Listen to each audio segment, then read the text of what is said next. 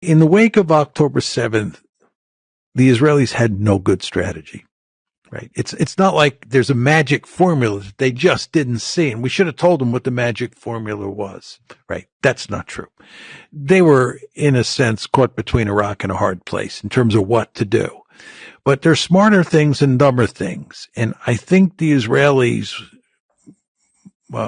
lashed out in ways that are counterproductive. I think, going on a rampage and, killing huge numbers of civilians is not, it's obviously morally wrong, but it's also just not in their strategic interest, right? I mean, cause it's not going to buy them anything, right? And in fact, it's going to cost them, right? Cause people all over the planet are turning against Israel.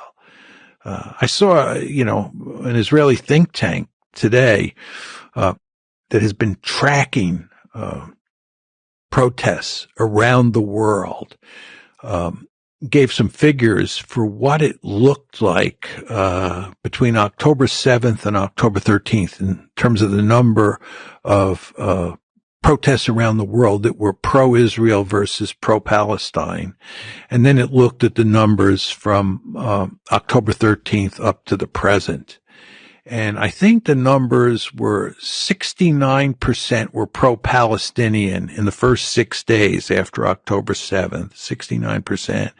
And I think 31%, take these numbers with a grain of salt, 31% were pro-Israel. So I think it was 69 and 31. Since then, since October 13th, if you look at the number of protests around the world, 95% have been pro-Palestinian and 5% have been pro-Israel. And what this tells you is that public opinion around the world has shifted against Israel. And if you look at some of the demonstrations in places like London and Washington, D.C., it's truly amazing the number of people who are coming out in support of the Palestinians.